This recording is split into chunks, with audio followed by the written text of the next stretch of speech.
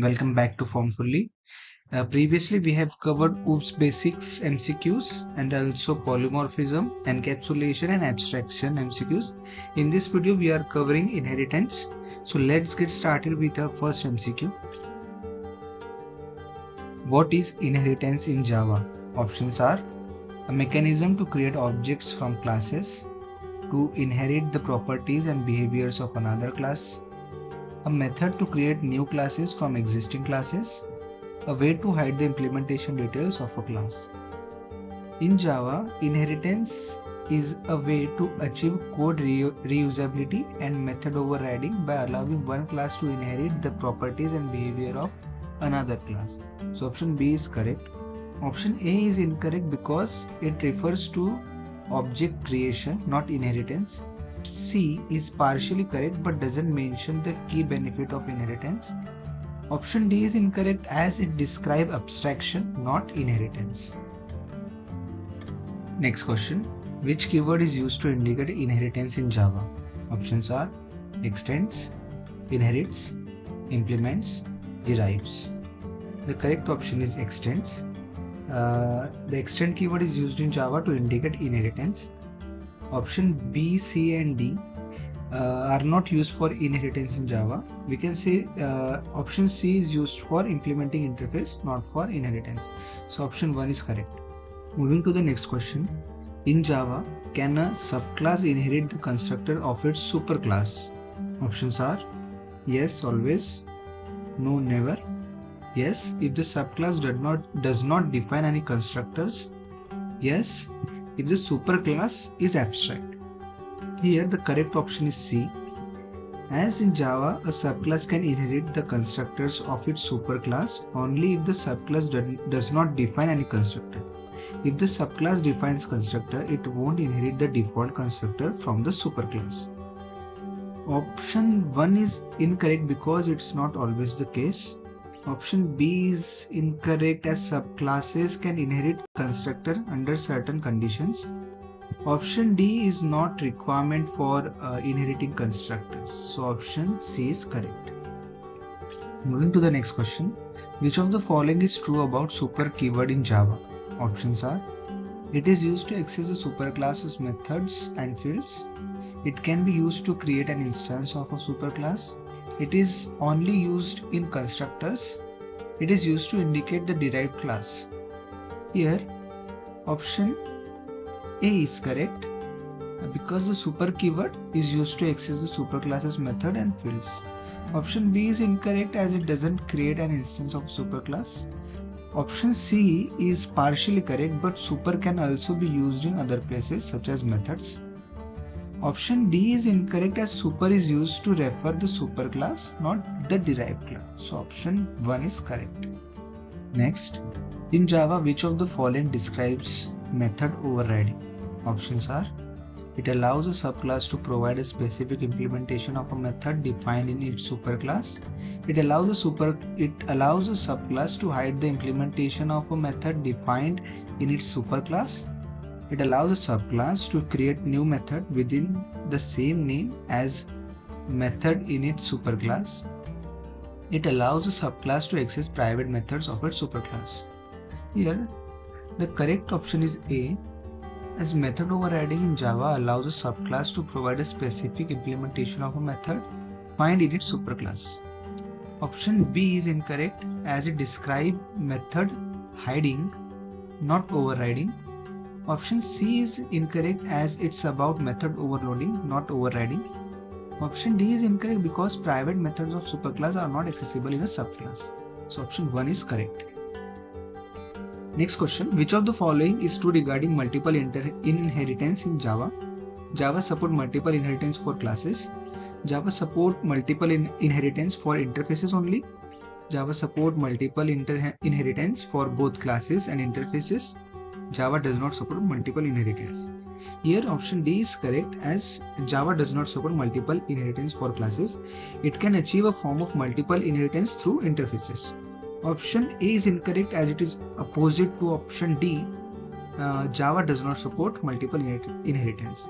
Option B is partially correct but it's essential to clarify that Java achieves multiple inheritance through interface.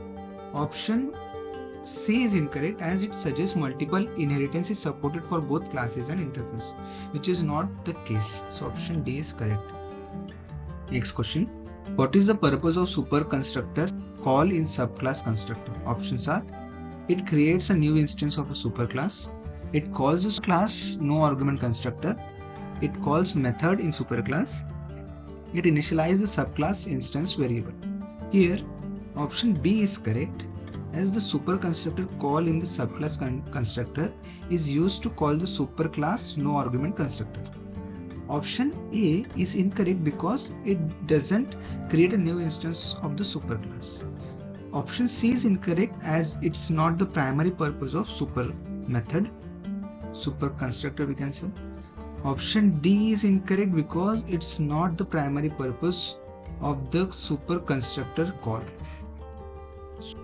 Moving to the next question. In Java, when a subclass inherits from a superclass, can it access the private members, that is field and methods of the superclass? Options are yes, always. Yes, if the subclass is in the same package as the superclass. No, never. Yes, if the subclass is in different package from the superclass. In Java, a subclass cannot access the private member, that is fields and method of the superclass, regardless the package they are in. So option C is correct. Option A and B are incorrect because private members are not accessible to subclasses. Option D is also incorrect as package access doesn't affect the accessibility of the private members. So option C is correct. Next question. When a class extends another class in Java, what happens to the members of the superclass? Options are: they become private in the subclass, they become protected in the subclass, they become public in the subclass, they remain accessible based on their access modifier in the subclass. Here option D is correct.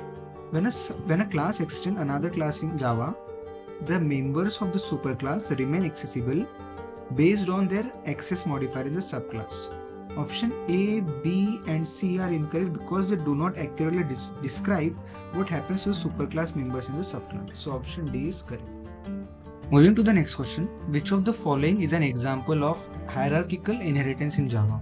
Options are: class A extends class B and class C extends class D. Class A implements interface X and class B implements interface Y. Class A extends class B and class C extends class A. Class A has a static method and class B has a non-static method. Here the correct option is C. Hierarchical inheritance in Java is when multiple subclasses extend a common superclass. Option A is incorrect because it describes multiple unrelated inheritance relationships. Option B is incorrect because it involves interface implementation, not hierarchical inheritance. Option D is incorrect, that is unrelated to inheritance and deals with static and non-static methods. So option 3 is correct. Next question.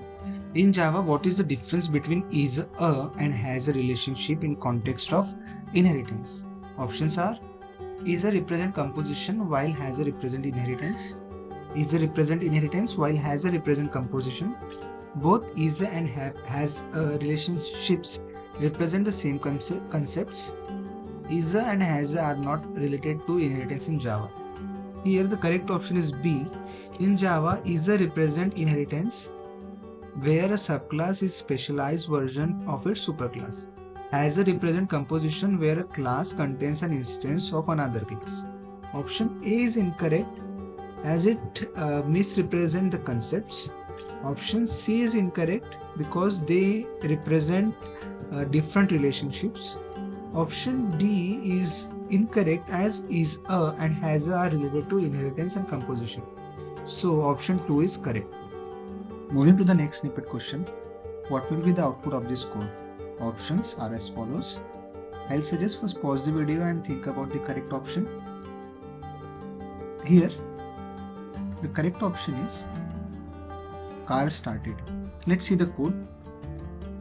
Here, class vehicle defines a base class called vehicle with a name, with a method start, right? That prints vehicle started. Okay. Then we have class car that extend vehicle and overrides the start method, right? Start method with its own implementation which prints car started. And then in the main method of the main class, we create an object V of type vehicle, but we initialize it with car object, right? This is an example of polymorphism and dynamic method dispatch. When you call the start method on the V object, Java determines which version of the start method to execute based on the actual type of object at runtime. In this case, V is referencing a car object. So the overridden start method is the car class will be called. Therefore, the output of the code will be car started. Next snippet question. What will be the output of this code? Options are as follows. First, think about the correct option. I hope you found the correct answer. First, let's discuss the code. Here in the code, we have class hierarchy with animal class as the superclass and two subclasses, cat and dog. Each of these subclasses has their own implementation of the make sound method, right? The main method demonstrates polymorphism by creating an animal reference that is initially assigned a dog object and then cat object. Okay. The animal class defines a method called make sound, right here, which prints animal sound when called. The cat class extends animal class and overrides the make sound method to print meow, right? And then dog class extend animal and overrides the make sound method to print bark. Okay. In the main method, animal myPet equals to new dog method, create an animal reference called myPet and assign it to a dog object. Okay, and then when we call myPet.makeSound method, Java determines which version of makeSound method to execute based on the actual type of object at runtime. In this case, myPet reference a dog object, so the makeSound method of the dog class is called, therefore it prints bark. And then when we reassign myPet to a cat object with myPet equals to new cat method, so myPet.makeSound, again myPet now reference a cat object, so the makeSound method of the cat class called. This time it prints meow. So the correct option is bark meow. Next snippet question. What will be the output of the code? Options are as follows. First, think about the correct option. I hope you are ready with your answer. Let's discuss the code first. In this code, we have class hierarchy that includes shape class as the base class and two subclasses, circle and square. Each of these subclasses overrides the draw method with its own implementation, right? The main method demonstrates polymorphism by creating an array of shape objects and assigning instance of circle, square and the base shape class to it, right? Let's break down the code and explain it in detail. A shape class defines a method called draw which prints drawing a shape, right? And then the circle class extends shape and overrides the draw method to print drawing a circle. The square class extends shape and overrides the draw method to print drawing a square. In the main method, shape array shapes equals to new shape 3 creates an array of shape reference that can store objects of the shape class and its subclasses. Shape 0, shape 1, shape 2 assigns a circle, square and shape respectively to the right. And then in the for loop iterates to the array of shape reference and calls the draw method on each object. In the first iteration, shape reference a circle object, so it's called draw method of the circle class which prints draw a circle. Then in the second iteration, shape reference a square object, so it's called the draw method of the square class with prints drawing a square. In third iteration, shape reference a shape object, so it's called draw method of the shape class which prints drawing a shape. So here option 1 is correct. Moving to the next snippet question, what will be the output of this code? Here are the options. I'll suggest first pause the video and think about the correct answer. Let's discuss the code first. Here we have class hierarchy involving an animal class and two subclasses, cat and dog. Additionally, there is a zoo class with method to make animals speak. In the main method, we create an array of animal objects, some of which are instance of dog and some are instance of cat. Let's break down the code and I'll explain it in detail. The animal class defines a method called makeSound which prints animal sound. The cat class extends animal and overrides the makeSound method to print meow. The dog class extends animal and overrides the makeSound method to print bark. Right? Then in the zoo class has method called makeAnimalSpeak that takes an array of animal objects and make each animal speak by calling its makeSound method. Coming to main method, this line animal array zoo animal is an array that can store objects of the animal class and its subclasses.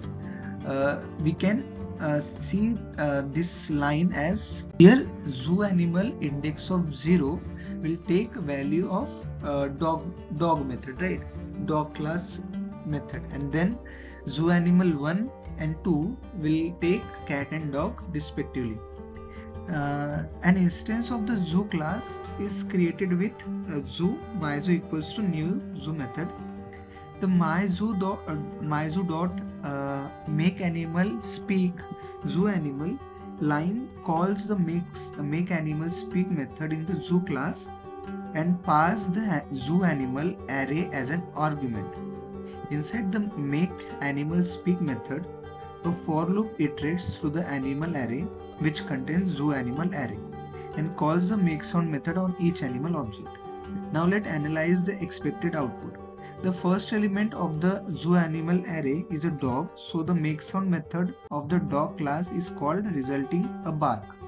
The second element is a cat, so the makeSound method of the cat class is called resulting in the meow. The third element is another dog, so the makeSound method of the dog class is called again resulting bark.